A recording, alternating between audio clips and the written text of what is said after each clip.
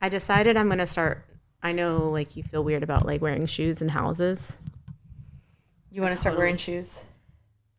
I'm I not. am such like a sneakerhead, and I have You are such a so sneakerhead. many sneakers that I Yeah. never get to fucking wear Wear them. because I would never wear my good ones to the gym and I would never wear my good ones to work. So they just sit up in my closet and they don't get So worn. what's the point? Right. So I'm gonna You're wear just them obsessed inside. with sneakers? Yeah. That's so Yeah. funny. You know what I think it is? What? This is no shade and it's just another thing that I can like relate back to my childhood, but like we couldn't afford nice things and I was the kid on the angel tree. Like my family, my sisters and I were always the kids on the angel tree. And I never got to pick things out. Like so I I would totally get it. go and have to open these presents in a church in front of people and it would be like Walmart tennis shoes, Walmart jeans, Walmart t-shirts. Again, nothing wrong with it. Like I'll Right. still fucking shop at Walmart. But like Absolutely. I didn't get to choose anything. And I relate to this because also grew up super poor, and one that's why I like am so OCD with like hygiene kind of things. Mhm. And like I'm super OCD with like brushing my teeth. You know this, using clean makeup sponges, like specific, like very anal about random things that most people don't even know that I would be anal about. My underwear, like all this stuff. Like even like I have to like I love matching pajamas. You do. I like It's adorable. I love pajamas. I want to have a pajama party with you. I would love that. I saw this TikTok where it was like embracing like loving matching pajamas, and it was just her in all these different mornings and her wearing all of these different pajama sets, and I was like, oh my god, I need to do that. What if when we do our thing with Lindsay, we do a pajama themed I love that. girls night. Like 100%. girls night in. Yes. Yes. We need to message her and say Yes. that. Yes. But the other thing is, I never got to really like express myself with clothes. I'm not a bit as big of a shoe person as you, but for me, like I love shopping and I love like neon and bright colors and like things that are kind of Happy. happy and statement pieces because I feel like they are ways that I can express myself. I think that fashion can be art Yeah. and very creative. Yeah. Did you know my nickname used to be Cuppy? I feel like you've told me this. Yeah, because I worked at a kids' weight loss camp and the campers were like, you're always wearing like yellow and neon and like bright pink and whatever. And they're like, you literally remind us of a cupcake, like different colors of cupcakes. And so then that turned into Cuppy. You're bright and colorful. Love that. But I also have a very hard problem getting rid of shoes. So that's the thing. Like You have I a will, problem getting rid of a lot of things. Can I tell you? So my mom was here last week. Yeah. Was at my house. Yeah. For a few days. Yeah. And it was fine. I just needed to decompress a little bit. I get it. But when she got home, she's moving. She sent me a photo of the first baby bottle I ever used in the hospital. And it was molded and disgusting. And she said, it's a little old, but I kept this from when you were born. And there's a note with it that says, like, the day I was born, the hospital that it was from, like, that it was my baby bottle. And I'm like, that's where I get it. I have a very hard time letting go of things because I attach some sort of value, sentimental value to everything. Wow. It's very, earlier you were talking about how you like would throw ex-boyfriend stuff away immediately if you like found out they cheated on you. Do you know I used to have a box probably up until like maybe 5 or 6 years ago of things from an ex-boyfriend. What the fuck? And we're so different in that way. I would go through it sometimes and be like, I should probably get rid of this shit. Like, He's married. I'm married. Like, Y'all have this kids. shit's done. It's been done for like 20 years. But like, I've got this box of like fucking football jerseys that he gave me, letters, cards. I couldn't bring myself to get rid of it. And I don't know why. I did. I eventually did. But I have to like be in a mindset of like, I don't want this anymore. Leah. I don't need it. I don't want it. And it's hard for me to get into that mindset. Interesting, because I've literally been married and divorced. And like when I got divorced, I was like, canvas from our wedding? Psst, dumpster. Shut up. Wedding album? Fucking scratch it. Wow. Like, I'm like, you don't exist. That's why when you were saying that, my eyes were like, I kept everything. But you know what? But the other thing too is my mom didn't necessarily put like sentimental like feelings on things. So like for her, like me going away to college, it wasn't sad for her. It was more she made me feel like, oh, can't wait for you to just get the hell out of here. Interesting. And so it like my mom tried to hold on to us. Yeah, and so that it honestly really hurt my feelings. Huh. And very much so hurt my feelings. And she doesn't, like, she's not sentimental. She's not very affectionate. She's not very, like, she's not going to be like, oh my gosh, I love you so much. I'm so proud of everything you're doing. Like, I'm not going to. So like, that was like the hard thing is for me to tap into like sentimental and vulnerable, and because it was like ingrained in me, like tough, I don't care, that kind of mentality. I think there needs to be a balance. Agree. Totally. I just sometimes tiptoe on one end more than I do the other end. And there's also I don't know if you feel this way. I've heard it from people before. Like when you grew up with nothing and then you get to a place in your life where you can afford things, I don't want to get rid of that. I paid for that. Yeah. I worked for that. Yeah. I paid for it. It was something I wanted and I like saved my money to get it. Why would I get rid of it? Yeah.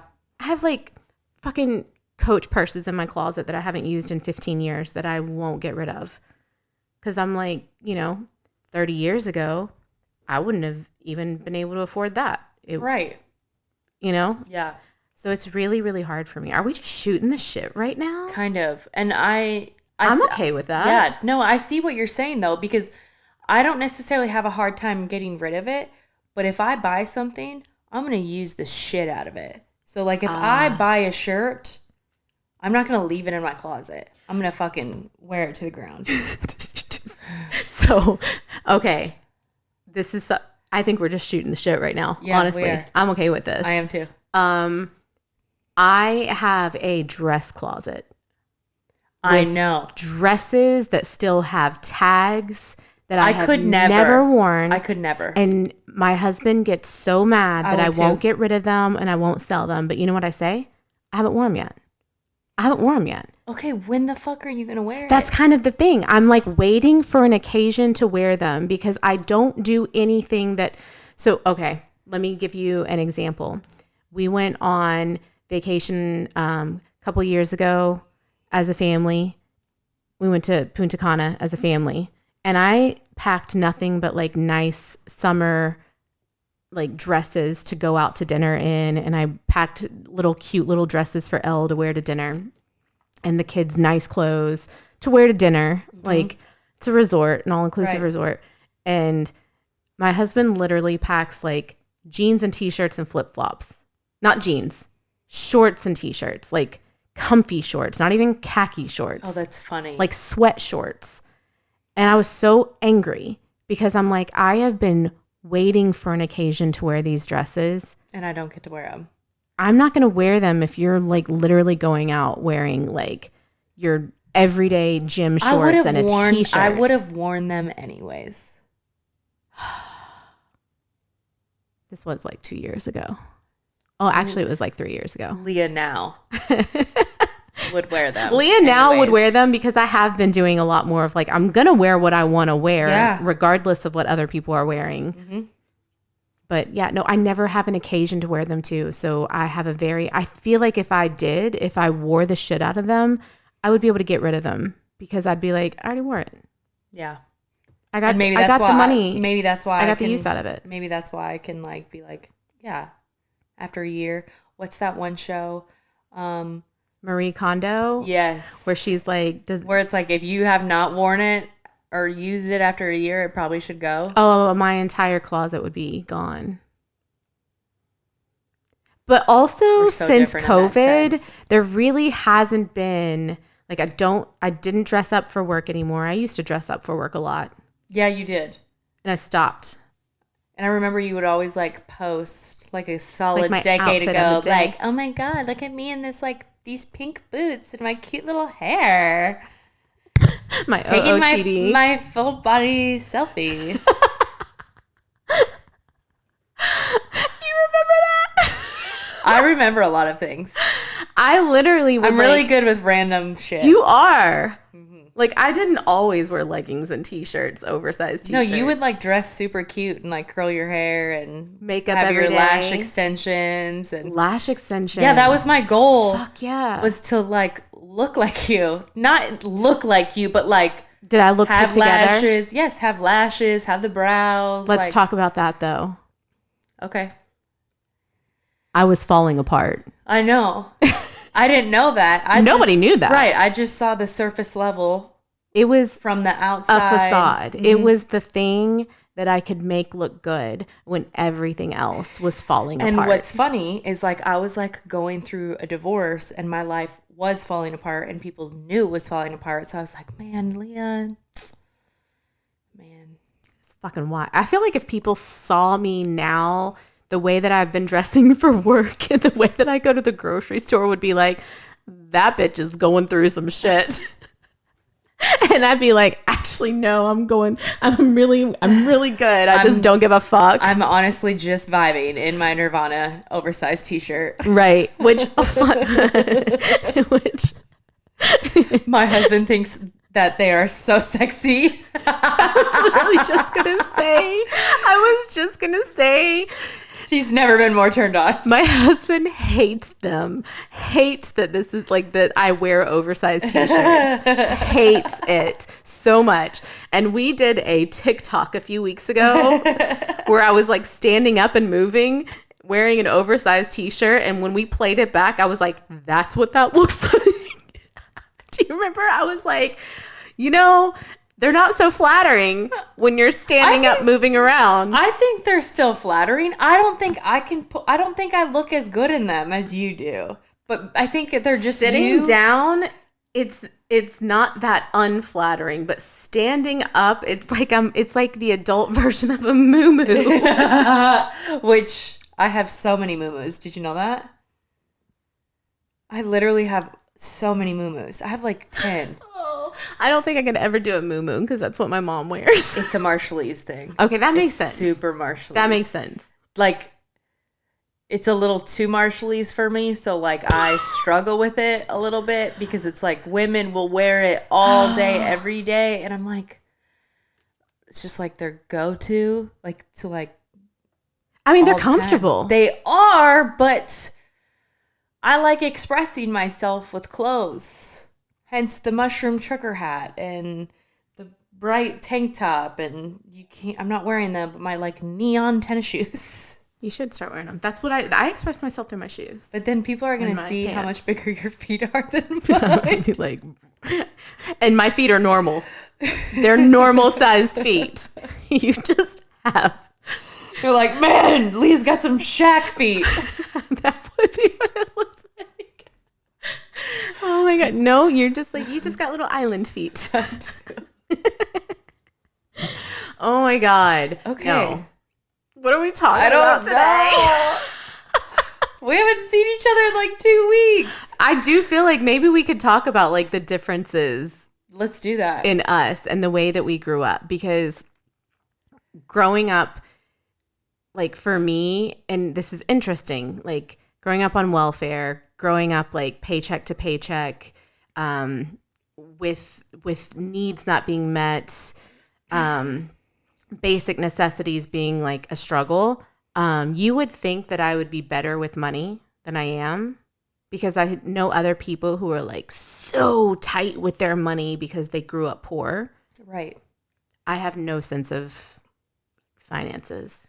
None. Well, it's a struggle for me. But you also have a husband who kind of takes that role on. He's very good with it. Right. He's very, very good with numbers Budgeting. and finances and budgeting. And people, like, when I tell them I get an allowance, are like, their eyes are like, what the fuck? That's controlling. And I'm like, no, it's actually not. I need one. I need to be put on a budget, because I see numbers and I'm like, we're good. I don't see numbers going out. And I also feel like, because of the way I grew up and we were always fine, we were okay. I'm like, my parents had 3 kids and they fucking struggled, and we didn't have things, but we were okay. Right. You know, we had more than some. Right. We were fed. Right. But so I see it as like, we'll be fine. Yeah. We're good. And he's like, no, I'm the one who balances the spreadsheets, and you need to tone your shit down, Leah. Right. So, but it's just interesting because the way that I grew up made me that way. What about you? So I am also somebody who, and this is probably like the ADHD too, like I will hyper fixate on things, like clothes. I could spend hours like wanting something specific and looking for hours on end, and then 3 hours later, I don't buy a damn thing. Huh. When you do find something? So when I do find something, I wear the fuck out of it. Like, it means a lot to me. And it means a lot to me that I'll use it. I love that. A lot. I love that. Yeah, so like when we got that like pajama set, like your unicorn, my neon pink, I'm like, I could wear that every time we record. That's why I texted you that one day. I am so the opposite of that. I know. I don't like wearing the same thing twice. No. Like, I really don't. Like, I just got this tank top when we were in Florida, and I love it, and I could wear it multiple days a week. Shut and up. I don't care. I'll wash it, though. Trust me, I'll wash it. I'm not looking at you in judgment. I'm just like, this is interesting because we are so different in that way, too. But we both grew up, like, I grew up totally a single mom, not an involved dad, did not pay child support. My mom, you know, was a social worker. She did not make very much money. I was the youngest of 6 kids, and she brought some of my brothers and sisters who weren't biologically hers to the U.S. Like, we, like, did not have money.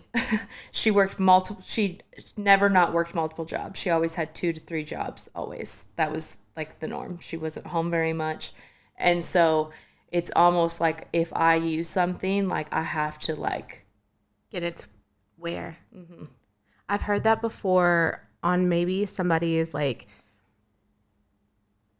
you know, I don't really spend a lot. There are things that I spend money on, and there are things that I'm like, Like, my purses are from fucking Target now. Like, I could give 2 shits about, like, a designer purse. Yeah.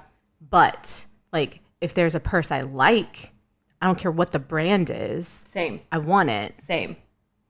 And so but, like, as far as money goes, like, that's not where my money goes. My money goes into shoes. And my money doesn't go into shoes. And not accessories, because I'm not an accessory person. Me either. Like, my jewelry is simple. I wear studs. I wear the same 2 necklaces every day. Like, I don't spend my money on those things because they don't bring me joy, I guess. Mm-hmm. But I'm having this, like, my husband will wear things because they're comfortable. And I don't think it's because like, well, I spent money on it, I'm going to wear it. Like he'll wear things for comfort, and he wears them so often that like sometimes he'll find something, and if he's like, this is super comfortable because he has like sensory issues, he'll buy multiple of them. So there was one, he always wears like a sriracha t-shirt and camo shorts. I know exactly what outfit you're talking about. Because he wears it all the time. I know. Or those like gray shorts he's wearing right now. He is about to be 45. For his 40th birthday, we had a surprise costume party, and someone came dressed as him in camo shorts and a sriracha t-shirt. Like, I swear to God. Like, was that party that you dressed up as the, who did you dress up as? Jim. Yeah. And he was like, Riff Raff. Yes. Yeah. So, but that's like his go-to because it's so comfortable. And I had a friend one time, she was like, he always has that sriracha shirt on. And I was like, he has two of the same shirt. You know, like there's two of them. You know what's funny? You invited me to that party. I did? Mm-hmm. I didn't go, obviously. Shut up. Uh-huh. I feel like I did do, but it didn't bother me that you didn't come because I was like, hey, listen, this is his birthday party. Like, I know you don't know Jason, but like. Yeah. No, I didn't go. I didn't go because it was like, I'm very much so like that person who I'm like, oh yeah, okay, I'll go. And then the day comes, I'm like, totally not going. No. I don't blame you for that. Well, and because it's not your like social circle. Like, and that I'm was still like that. Yes. Yeah. And it's not personal. No. At all. Okay. We're going to talk about that. Okay, what? We really are just doing a shoot the shit right now. And I am totally fine with this. We haven't seen each other in a long time, so let's just do that. We should do this every time we don't see each other for a long time. Just sit here and shoot the shit. I like that, actually. Yeah. Like instead of catching up beforehand. Yeah. So we had some friends over a couple weeks ago. Hadn't seen them in a very long time. And this came up in the conversation. So you and I both have talked about being empaths and how people are drawn to us. And sometimes I don't know how to turn that off. Agree. And it's wild when you see it in person because like even like I'll be at a fucking gas station and somebody will start talking to me about like their daughter who passed away and like somebody, whoever's with me is like, what the fuck? And I'm like, I didn't say anything. And what's funny is like Jason and Tony, like they both are very much like, holy shit, how does this happen? Right. This happened because this happened to me when I was just in Florida. Literally, babe. It happens when I'm not trying. Yeah, same. Like we were literally checking out when I'm trying to avoid people. The other day, like checking out at Kroger, and the cashier is telling me how she just broke up with her boyfriend and moved to another city and da-da-da-da. And I'm like, yeah. And Jason, my husband's just like, you literally did nothing. And I'm like, I fucking know. It's wild. So the reason this conversation came up is because I have been really working to set invisible boundaries with people. Do you know what those are? Boundaries that maybe they don't necessarily know are happening, but you're doing it for you. Yeah. Like you're not like having a conversation saying, okay, this is my boundary. Right. You just do it. Right. Okay. And one of those is to stop being so open in front of people. And you know what that looks like? It looks like being a bitch. Yeah. And I struggled with that a lot. I really do. And I'll give a few examples. You know, my daughter's in gymnastics. And oh, yeah, we've talked about this. Yes. And there is one other mom in this group that I talk to, and it's because she was a client and we're friends. I don't know any of the other moms' names. I don't know their daughters' names. And it's not because I'm a bitch. It is because I know that if I give an inch, I'm going to get a mile. And I don't know how to tell people no. So it's like for me. It's for me. It's not, it has nothing to do with the other person. It's not because I don't like them. it's really because I know that I give too much and I'm not going to be able to stop. So I come across as the bitch. Interesting. I think. I may not. But I feel like you are literally that meme where it's like, I'm in my villain era. And that you being your villain is just like sticking up for yourself. And like, it's not really a villain. Well, so that's why this conversation, he's like, well, why are you the bitch to these people? I was like, I don't know if I am the bitch, but to me it feels like that because I'm emotionally shutting myself off around them. I will wave, I will say hi, and I will smile, but that is all I can emotionally give, because if I give any more than that, I know how people are with me.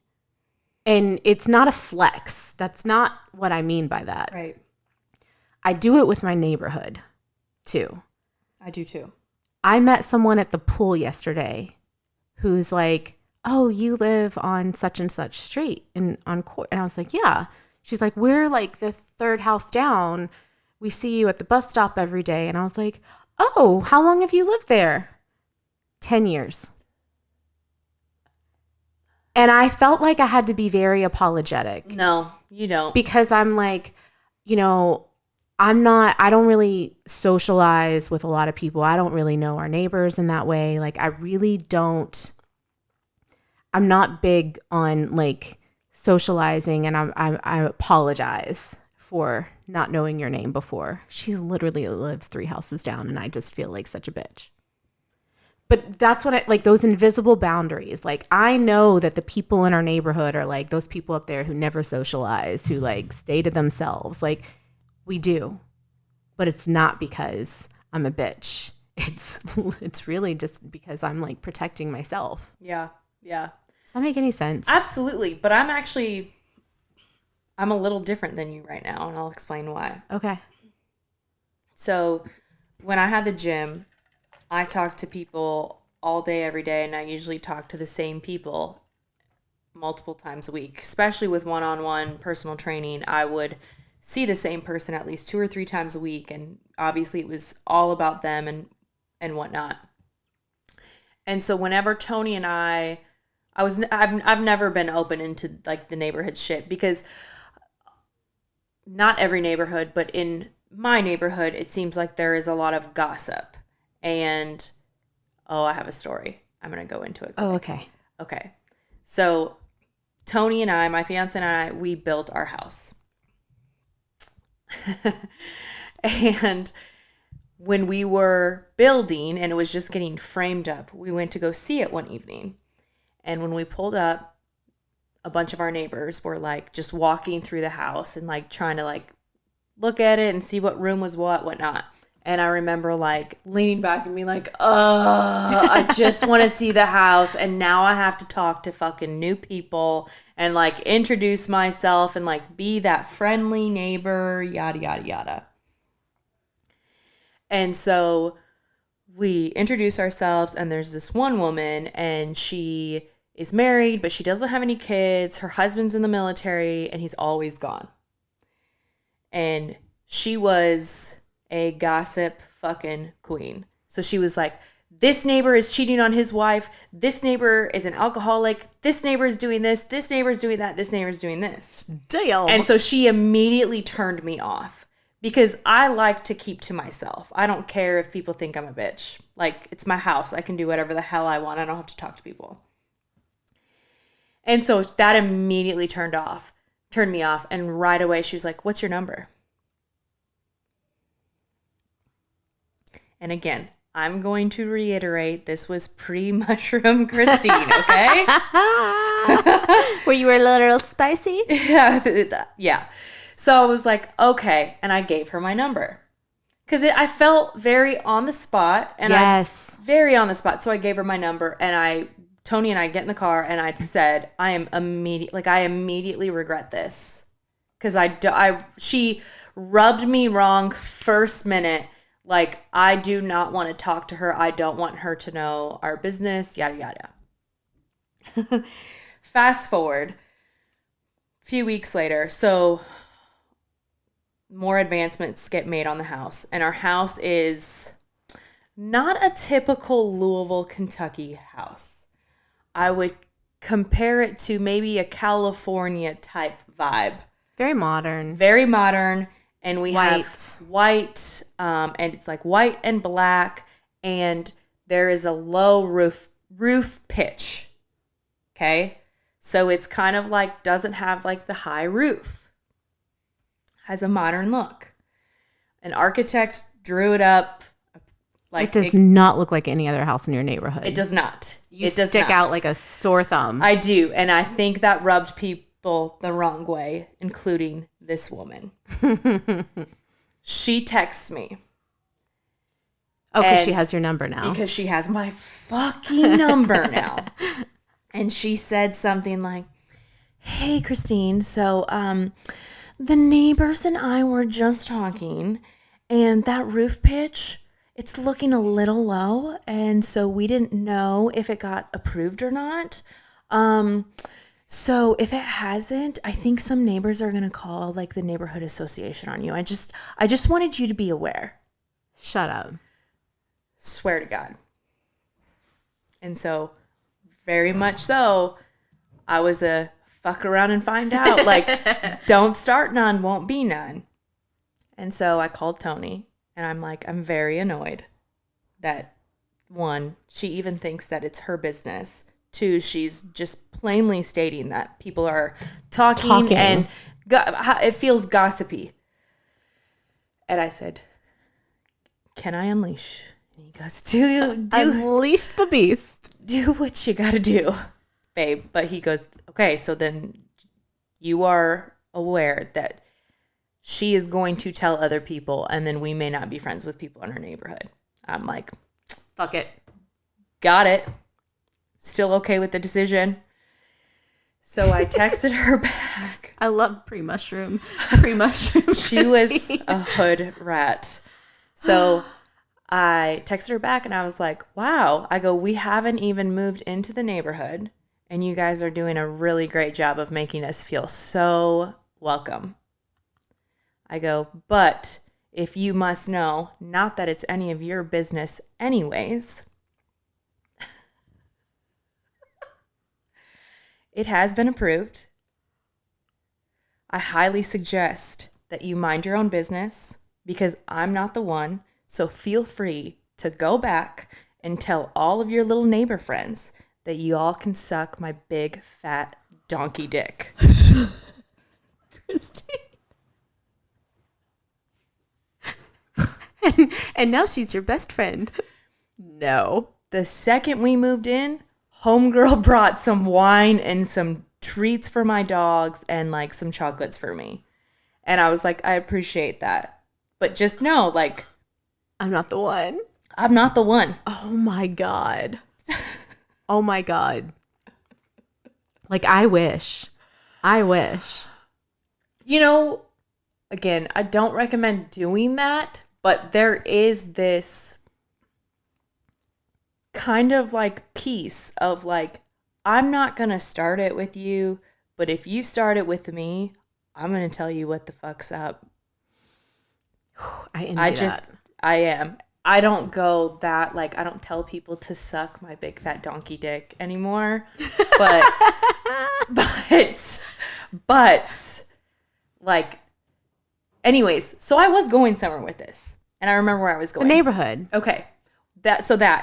But when I had the gym, I didn't want to talk to anybody. When we go on vacation, don't eat. Like, I did have kind of that bitch, like, don't talk to me. Our neighborhood, don't talk to me.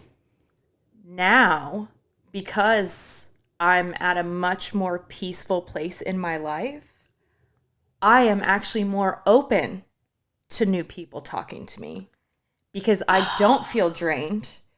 And so what's interesting is usually Tony, when we go out on vacation, Tony is the one who's talking to everyone and their freaking dog. And I'm like, get me out of here. And I just walk away. I don't want to be a part of it. Now, this last vacation that we went on, there were multiple situations, I think there were 3, where I talked to random people and had very good, deep conversations with them. And one, I was just in the water with Kai, and this woman was on vacation by herself, and we started talking, and she was talking about, she's got 3 boys and the things that she regrets as a mother, and she's told them that she regrets, and it was just, she was just passing on generational trauma, and she didn't even know it. But now at the age that she's at, she realizes it and has like taken accountability for it. But just these different, and they were really beautiful conversations. I will never see them or talk to them again. And I said to Tony, I said, I don't know why these people are talking to me, but I am having these really good conversations. And he said, I think you're more open. And I think you're much more like, I have my home, and I have like my small group of people, but I don't have all of these people in my life who are sucking me dry. So I am not maybe the bitch to the stranger. I seem much more welcoming. Do you know what I think it is? What? I think that's part of it. Okay. For sure. Remember we've said before, your vibe attracts your tribe. Ah. I think it's more than just the friends that you are in close circles with. And I was having this conversation with someone this weekend where there's almost like this knowing of, I can't do surface level conversations. Right. And I can't do that either. Tell when they're about to happen. And that's when I start to shut myself off to them. But in a situation like school moms, dance moms, those are all going to, most of the time, those are going to be surface level conversations. And honestly, a lot of times there's going to maybe be like a lot of gossip and drama, and I can't I don't even want to be part of it. Fuck with that. I don't even want to be part of it. So maybe I am having these random conversations with people, but they're really like deep, beautiful conversations because that's where I'm at. So that's what I'm attracting. That's what I'm saying. Because I'm not, and when I say like I'm becoming the bitch, I don't mean I am.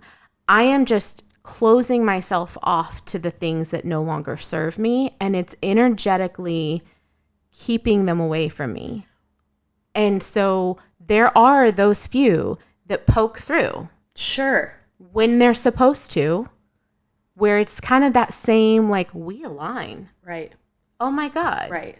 You're nothing like what I expect. You know what I mean? And you were so over here, and I was so on the opposite side over here, and we're both coming to here. But also, you and I both had those careers. I know. Where we talked to people all day, every day, and it was the same people all day, every day.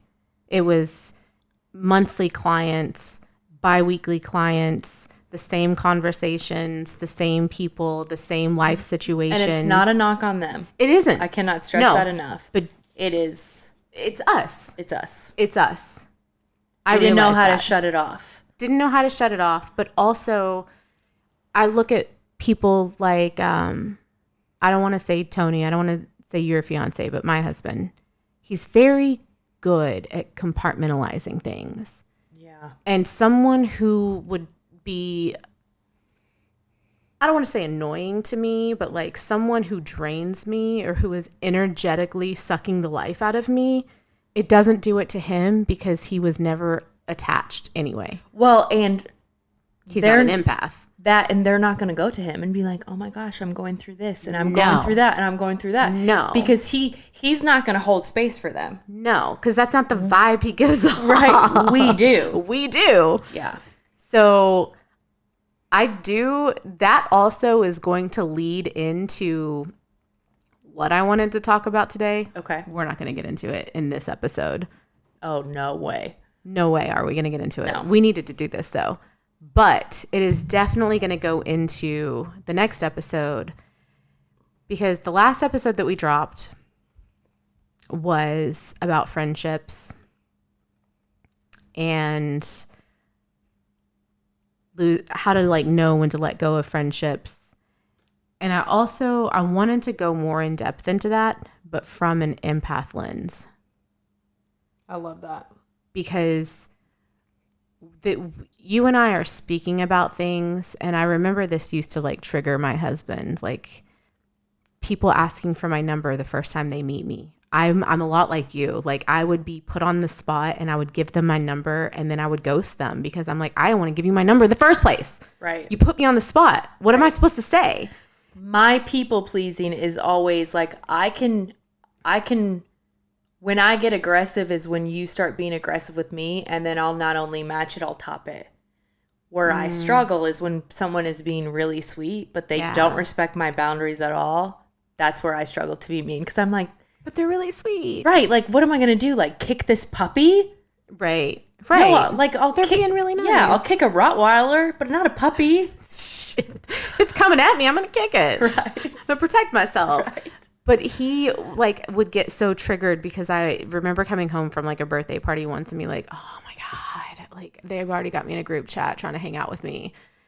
And he struggles to make friends. So he's like, oh, poor Leah. Literally. Literally.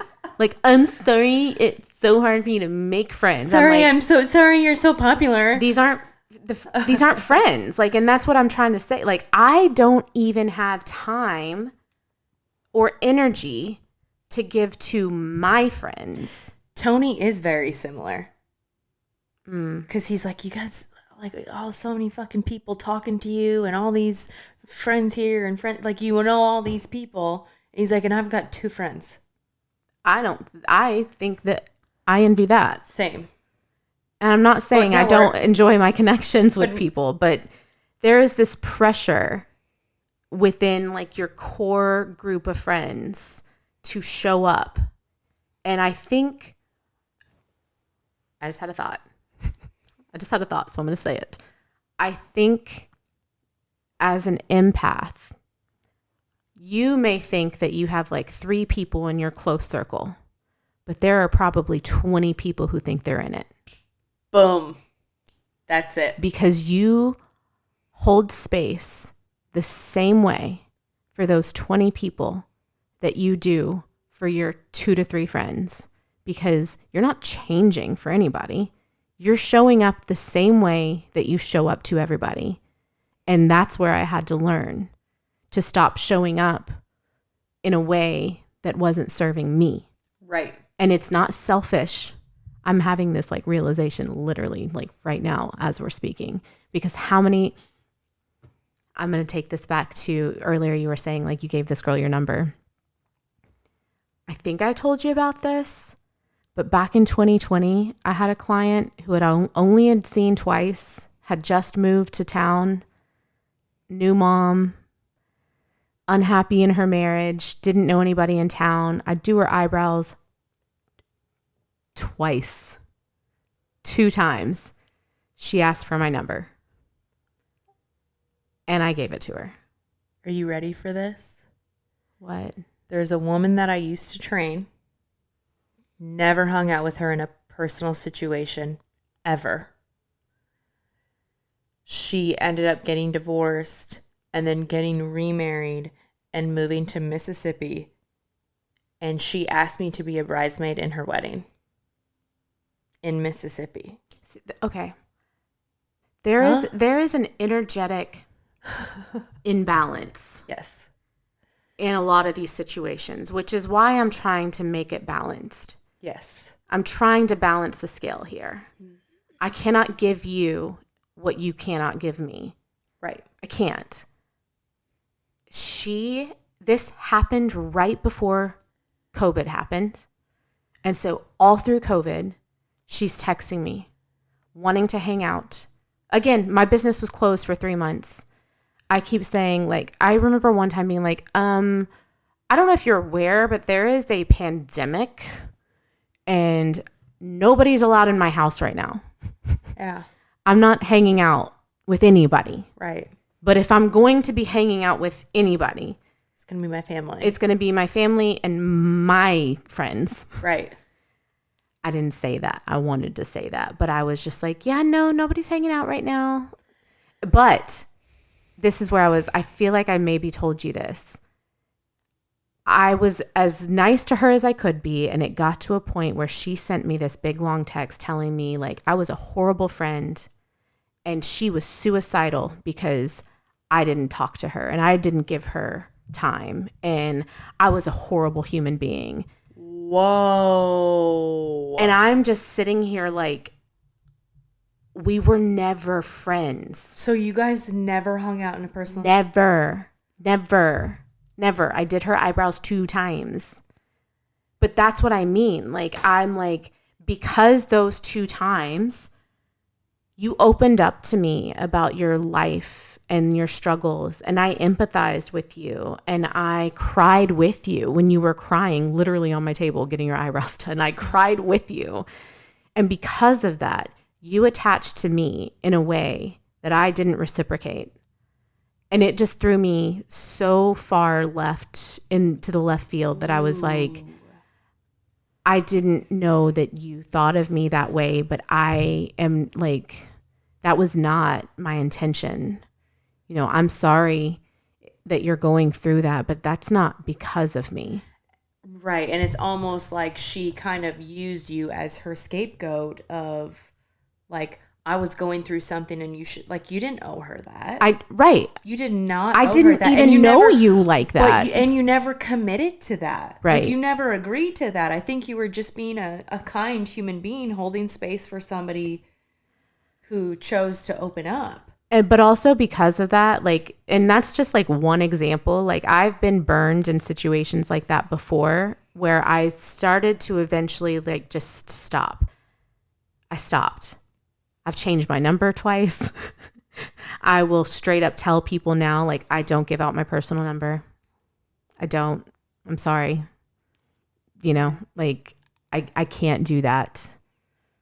It's a struggle for me to say no, and I hate saying no, but it has nothing to do with you. It really doesn't. Well, and the hard thing is we live in a world now with our phones and social media, and everything is so instant gratification. Yeah. And we don't necessarily respect people's boundaries. So if someone texts me and I don't feel like responding back, it could be because I'm in the middle of something or I'm working and I forgot about it. And I love people who don't respect that. Yeah, they don't hold that against me and they respect it, because I don't have to text you or call you back right away. I just don't. Like, I don't have to justify that, but I feel like that's kind of like the world we live in where that is expected. Yeah. And so it's really hard to just sit back and be like, no, you're with your family or you're eating dinner. You don't have to respond. I struggle with that. Respond when you feel like it. Yes. I think I struggle with that though. I do the same thing. I will go silent mode, you know, with my family here last week, like for a full week, like I barely responded to texts. Yeah, we barely talked. You knew that. And you are aware of that, and you respect that. But I don't take it personal because Right. I'm like out doing my own thing too. And I'm like, this isn't about me. She has family in town. Yeah. But sometimes it's hard for people to, and I feel like sometimes people have this expectation of us of how we should continue to show up for them. But oftentimes it's very one-sided. They don't show up necessarily like that for us, and it's okay. And we don't expect them to. We don't expect them to, but they expect it. Yeah. And I'm going to let you down. My people are the people who respect it. Yes. Which, this is going to take it to another subject. Okay. We got shut down. Oh, we haven't even talked about that. We haven't seen each other since that happened. Our Instagram got shut down. And it is normal for a page like ours, for a community like ours. And it happened to a couple of them. Remember I sent you that other page that it happened to? Mm-hmm. Yeah. It's normal. What we talk about goes against Instagram community guidelines. It also goes against how society is. It's very opposite of that. Right, because I read the community guidelines, right. and it talks about like drug use and promoting drug use, and then it says in parentheses, unless in the sense of sobriety, or what's the other word? Treatment when you're addiction, unless in the sense that you are talking about not just sobriety, but like recovery. Oh, okay. Recovery. And so thank you, by the way, to everybody who like submitted. Yes, thank you. Whatever you did. I hope that that's what helped, but I also like submitted a thing, I'm having a very hard time with words today. Like where you deny something. Like a claim? Yeah. Like we had to like deny what they were saying. Oh, yeah. Whatever. And We're I sent an email and I was like, listen, I've read through your community guidelines, and while you may think that we're promoting drug use, we are promoting drug use in a form of recovery for people who are struggling with addictions. So we're not promoting drug use to be addicted. Mm-hmm. But the wild thing is it doesn't specify drugs. It just says drug use in general. How many pages promote alcohol? Yeah. And caffeine. Right. And medication. Like I get ads all the time for like the prescription, like the Her. Do you ever get like the Her? Oh my gosh. Which, by the way, we are one of 2 countries who has big pharma like commercials and just plastered advertisements. Didn't you tell me what is the percentage of like commercials that are owned by big pharma?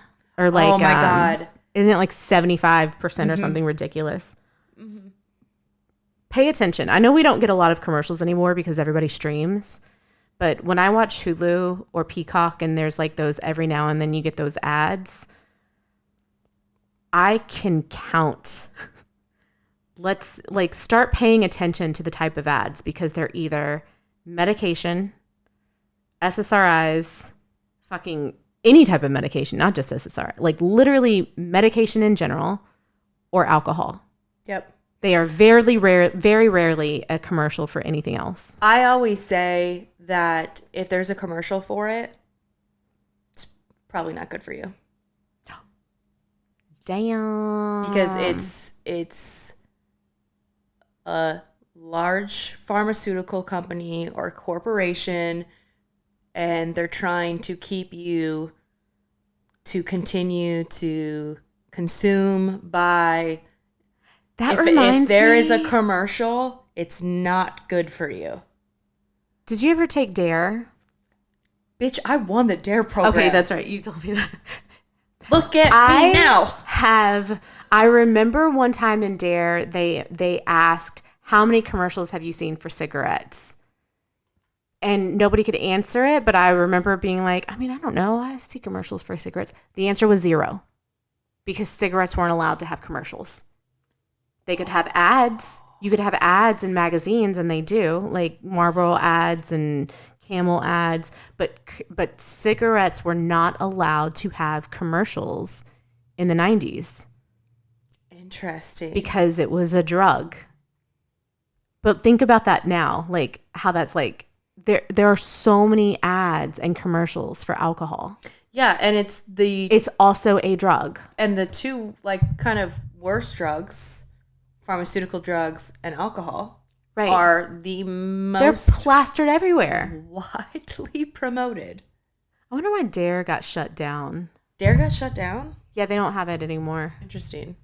I feel like it was because there was a lot of misinformation, and what they realized was like kids in high school, once they smoked weed, they realized their brains didn't melt.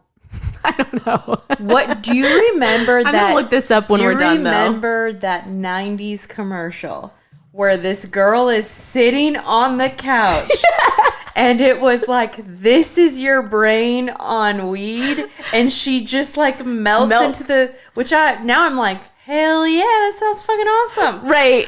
But have you seen the memes that are still like, I watched that commercial and I still did drugs? Yeah. Which is funny because I sent you that reel that was like that, where I'm like, that's me if I smoke weed. That's 100% me. Like, people are like, are you okay? And I'm like, Which in my head, I'm having a good time. which that's another huge difference with us. Leah is high and she immediately fucking just ghosts. Like she doesn't exist. I become one with the couch. Her body is there, but Leah is not there. Where I'm like, oh my gosh, let's do this. Let's do this. I have so many ideas. It helps me so much. Well, that's because I feel like it's more of a medicine for you. For me, it's like to shut me off, and it shuts me the fuck off. Because remember at the beginning, I said we hung out with that other couple. Well, we smoked with them that night. Yeah, and you were so... And I'm like, they're never going to want to hang out with us again. Like everybody's laughing, having a good time. And I am like, just like sitting there and they're like, are you okay? And I'm like, in my head, I promise it's funny. I promise I'm laughing. I promise I'm having a good time. But you're like this the whole time. But I'm sitting there like this. I'm trying to laugh and I can't laugh. It's kind of funny. To what? I think we should do it again together, because also when I'm high, I'm at my funniest. Like I have come up with all of these ideas and I'm also like, I get super witty and super funny. But you know what's interesting? And Jason was saying this that night in front of them. He was like, normally when she's high with me, she won't shut up. That's maybe because you feel safe and comfortable and you're not paranoid. I think so too. So maybe I talk nonstop because it's just the two of us. The only time that we've gotten high together is when we're working and had a meeting.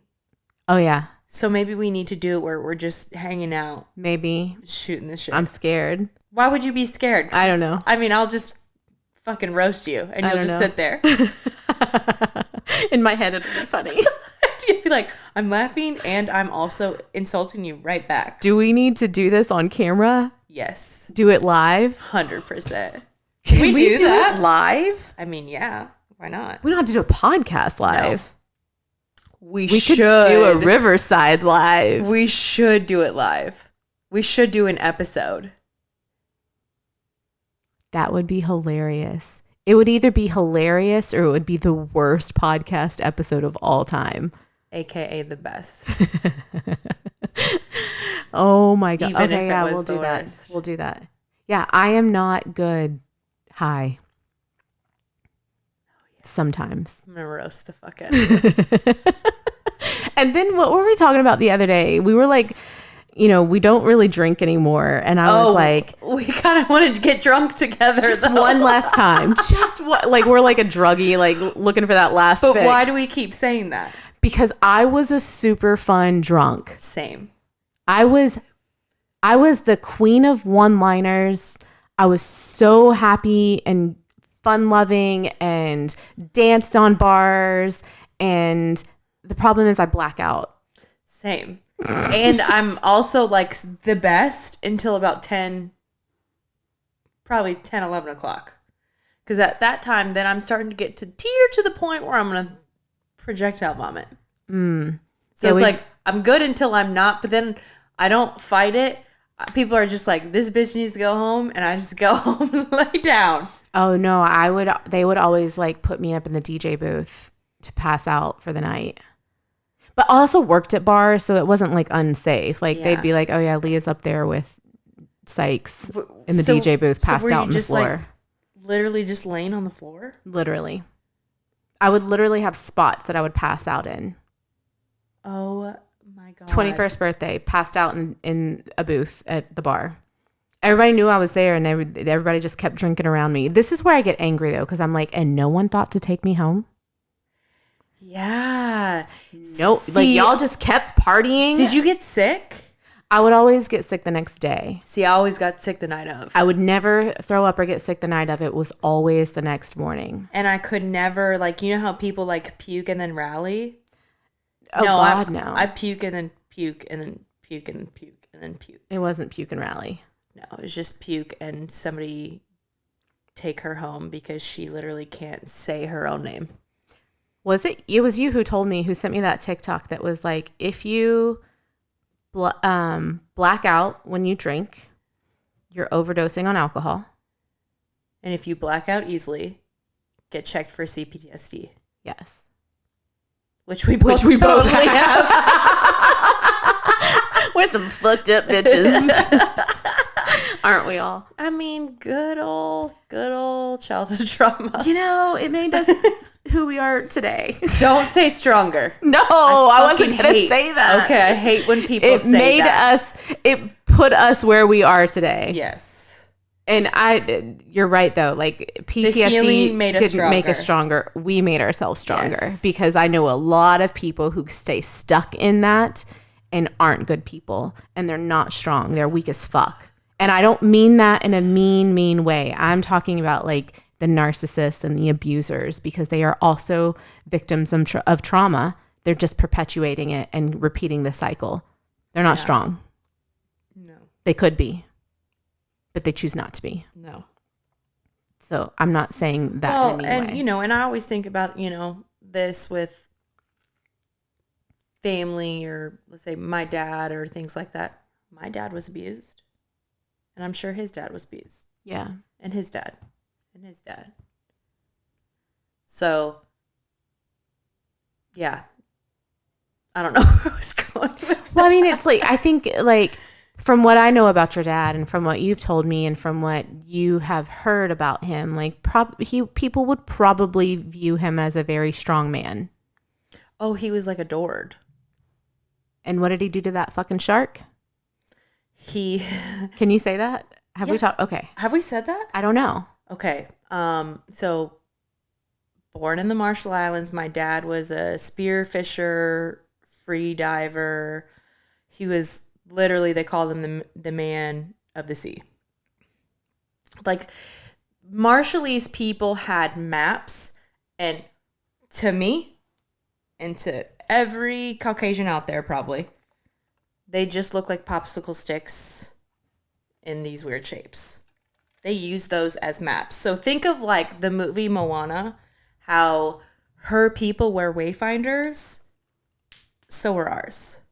Wow. It's the same thing. They also had the same tail, like how they had the tail of, why can't I think of Maui? Yeah. We had that. We have that same tail of, like the story, like the fable. We have the same kind of story. Mm-hmm. Interesting. Yeah. So anyways, he was, I think, fishing with a net, and this shark, I think it was a hammerhead or a bull shark, and those are aggressive. And the shark kept trying to eat his fish. So my dad literally just took his spear and like poked it, like, get the hell out of the way, mother trucker, or whatever. I don't know. Mother trucker. Yeah. And the shark came and bit him on the butt and like took a chunk out, like to the point where he had to get hospitalized for it. So like this is where I get the feral energy from. Oh shit. And so he literally went to the hospital, got hospitalized for a few days. But before he went to the hospital, he marked the shark. Like, bitch, like, I'm coming for you. Yeah. You started it, I'm going to fucking end it. Gets out of the hospital, goes right back into the water, searches for the shark, finds the shark, and then fucking kills it. I don't know where you get it. Me either. I don't know where you get it. Me either. That feisty, fiery Me either. blood. I know. So, yeah. No, So, yeah. Very strong man. Very. But people idolized him. Yeah. Which, sure, he had some amazing skill sets. But as a dad, not what I needed at all. But he was just a very hurt individual that had a lot of bad things happen to him. Yeah. So that's all we mean by the trauma made us stronger. I mean, it didn't make us stronger. We did that. Yes. Because trauma can make a lot of people not strong. Very damaged, Yeah. unfortunately. Yeah. Yeah, and because he was strong, but he was very damaged. Yeah. Very, very damaged. Wow. Yeah. Damn, sorry. So do you want to hear something funny? Yeah. And let's end this on a light note, please. Didn't mean to take it that deep. So I have like this connection with the water. I have always had this connection You're with like the water. real life Moana. Straight up. Like, we've talked about this. When we go to the beach, you are that girl who's like scared to go in the water, and I'm the girl who's like gonna put on goggles and like search for seashells. And like, my hairstylist always tells me like, be careful getting your hair wet, and I'm like, YOLO. fuck it, I can't. Like, I can't not get in the water. I can't do it. But anyways, whenever I get in the water, I put my ring on my right hand because that is my stronger, most dominant hand. Because if I run into a shark, I watched LL Cool J Deep Blue Sea, and he gets attacked by a shark, and he has a cross necklace, and he takes that cross necklace, rips it off, and starts stabbing the shark in the eye while his like legs are in the shark's mouth. So I was like, I'm always... Is this a scary movie? Yeah, Deep Blue Sea. You have to watch it. It's like a cult classic. 90s. But it's not... It's like... It's why I won't get in water. But it's like funny scary. Mm-hmm. Because it's like they're treating... They find this treatment for Alzheimer's. Okay. And they use sharks to experiment with it. These scientists do. And LL Cool J is just the cool chef, okay? Okay. On this, like, out in the middle of the water. Okay. And what they find out is it makes the sharks abnormally smart. So then these sharks, like, learn how to, like, take this facility down and, like, sink it. Because it's out in the middle of the ocean. And then they know how to, like, kill all these people. It's, like, not, like, it's a scary movie where I'm, like, it's funny. Okay. Because it's not, like, it's so... You're not making me want to go in the water. True. Well, I'm just gonna say, but that wasn't gonna happen anyway. It's very like far-fetched. Okay. So, and he has like this parrot, and like him and this parrot are like this dynamic duo, but then the shark eats his parrot. So then he gets eaten by the shark. His legs are in the shark's mouth, and he takes his cross necklace and he starts stabbing it, and he's like, "You ate my bird." But anyways, so I wear my ring right hand, because if a shark wants to start something, you're gonna finish it. I'm gonna fucking finish it. Wow. I'm gonna beat the shit out of that shark. Just hopefully they don't bite my right hand off, because if that happens, you're done. Because I'm just done. That was my good hand. I'm just done. But the other reason why you have to watch this movie is because LL Cool J has this music video. Okay. And he is literally wearing a shark fin hat. And it's the most cringy, but it's the most hilarious music video. Because the actual lyrics are just, deepest, bluest, my hat is like a shark's fin. That's so it's like a parody. He wasn't being funny, but like as a 90s movie, it's the funniest movie. Because it's funny and it's bad. And then Samuel L. Jackson is in it. Okay. And Samuel L. Jackson in anything is just funny. Okay. All right. That's my homework. What a random conversation. Can I just say that? All of it? All of it. That part or all of it? You guys, we were going to do something completely different. We had a book. We had notes. And we just veered. We couldn't stop. Once we started, we just could. Are you high? Not at all. It's just my ADHD. Let's let that shine a little bit. This is honestly like us just being us. Right. It really is. 100%. Like, we have been talking about like doing a shoot the shit episode for how long, and we've never done it because we're like, what do we talk about? This. I think we need to do another. I think the next time we do a shoot the shit, we need to be high. I won't talk. Maybe. I can't do it. I know you think it will be funny, but I will literally. Okay, well, what if we do it? Especially if it's live and people are watching. I will be like. If you don't talk, we'll scrap it. But it could be just, I don't know. What if we're just high on mushrooms? That could be. I could do that. What if you did mushrooms and I did cannabis?